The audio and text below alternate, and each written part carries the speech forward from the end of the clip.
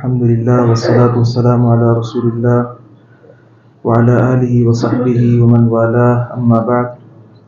11ویں پارے میں سورۃ التوبہ اور سورہ یونس ہیں۔ سورہ توبہ کا جو آخری حصہ ہے یہ غزوہ تبوک کے بعد نازل ہوا۔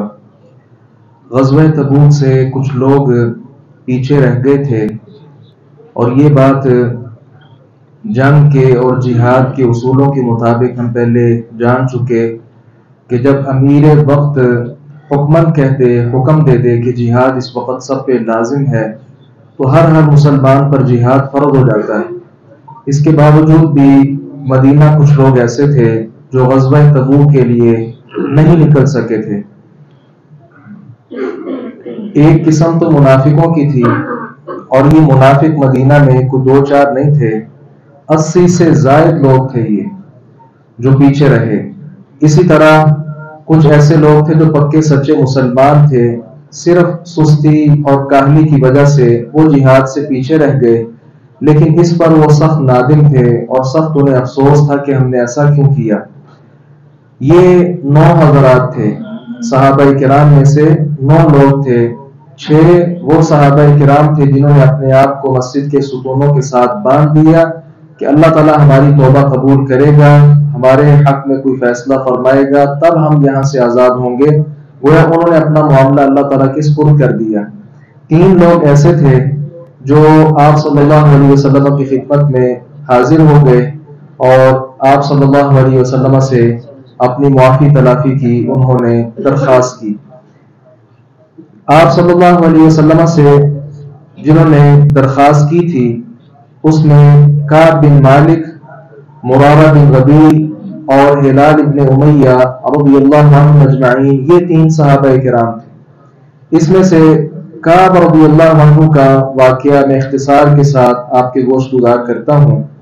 فرماتے ہیں کہ میں کم ہی کسی غزوے میں پیچھے رہا تھا، لیکن غزوہ تبوک کا جب موقع تھا، آپ صلی اللہ علیہ وسلم نے جب اعلان جہاد کیا تو میرے پاس 2 اونٹنیاں بھی تھیں اور بڑی آسانی کے ساتھ میں سفر کر سکتا تھا، ساز و سامان بھی موجود تھا، لیکن بس سستی کی وجہ سے آج تیاری کرتا ہوں، شام کو گھر آتا تو سوچتا صبح تیاری کروں گا، بس انہی باتوں میں مگن رہا حتیٰ کہ وہ قافلہ تیار ہوا اور رسول اللہ صلی اللہ علیہ وسلم کے ساتھ وہ نکل گیا۔ میں نے سوچا کہ 2 دن بعد میں بھی نکل جاؤں گا اور جلد ہی ان کے ساتھ جا کر مل جاؤں گا، لیکن ایسا بھی نہ ہو سکا۔ بالآخر آپ صلی اللہ علیہ وسلم نے بعض صحابہ کرام سے پوچھا کہ کعب نے کیا کیا؟ بنو سلمہ کا ایک شخص کہنے لگا کہ اے اللہ کے رسول، صحت اور خوشحالی نے اس کو روک دیا۔ یہ سن کر معاذ ابن جبل کہنے لگے کہ نہیں، ایسا نہیں ہے اور بہت بری بات تم نے کہی ہے، کوئی ایسا مسئلہ نہیں، بس ویسے ہی وہ پیچھے رہ گئے۔ آپ صلی اللہ علیہ وسلم نے یہ گفتگو سنی تو آپ خاموش ہو گئے، تشریف لائے، مختلف طرح کے لوگ آنے لگے، منافقین آئے جو 80 سے زیادہ لوگ تھے، نبی علیہ السلام سے قسمیں اٹھا کر کہنے لگے کہ میرا فلاں کام تھا، فلاں کام تھا۔ آپ صلی اللہ علیہ وسلم نے چھوڑ دیا کیونکہ اللہ تعالیٰ کے سپرد ان کا معاملہ کر دیا۔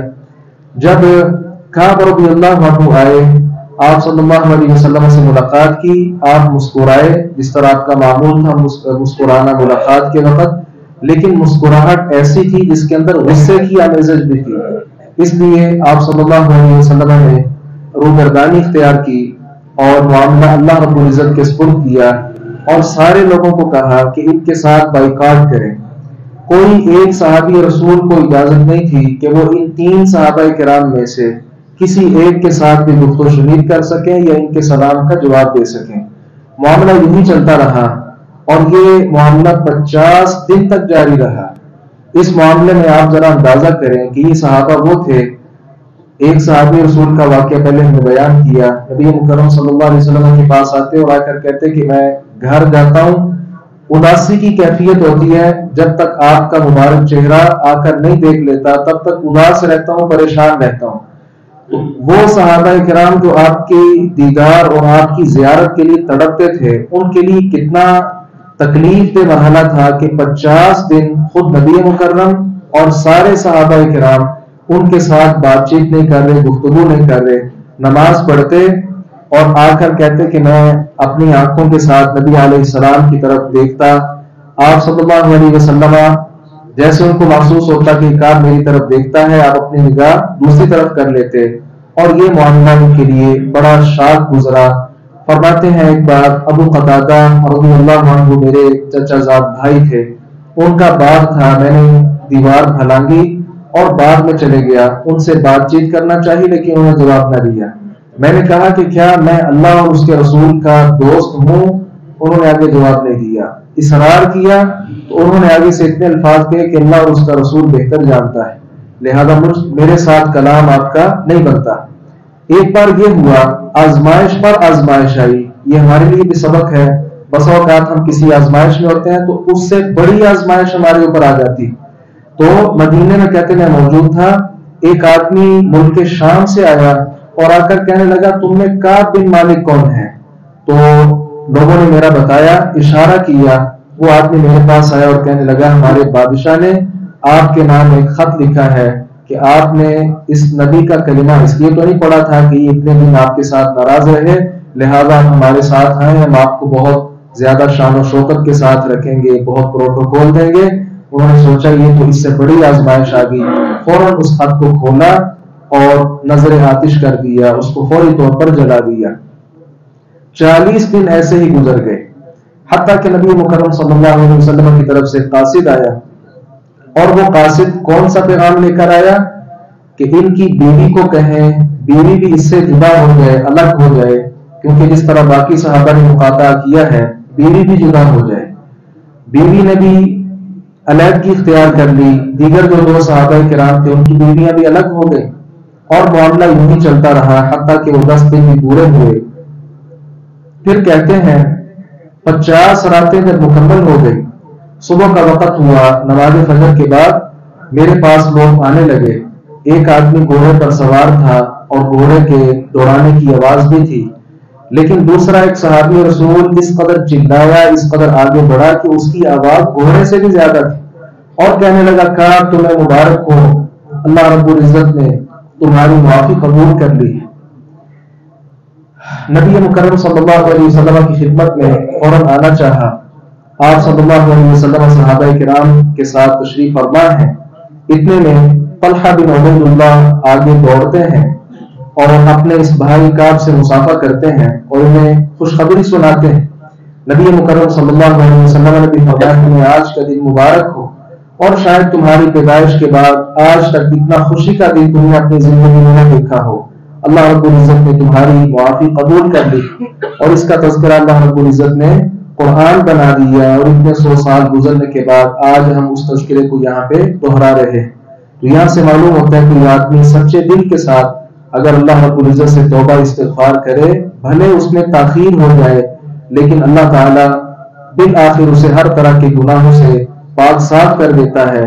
کہاں یہ 3 صحابہ 50 دن ان کے ساتھ ناراضگی رہی، لیکن اللہ نے معاف کر دیا نا، اور دوسری طرف وہ 80 سے زائد لوگ جنہوں نے جھوٹی قسمیں آ کر اٹھا دی اور اپنا دنیا بھی اور اپنی آخرت بھی برباد کر گئے، کیا ملا اس سے؟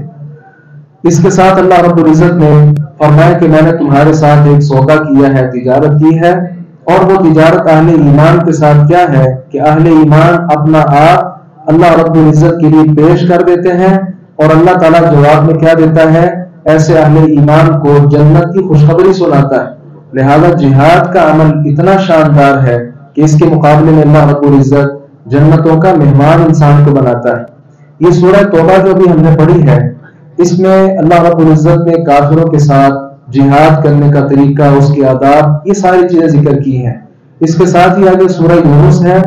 سورہ یونس میں علمی طور پر مشرکین کے خلاف جہاد کا تذکرہ ہے، گویا عملی طور پر سورہ توبہ میں ہے، اور علمی طور پر سورہ یونس کے اندر تذکرہ ہے۔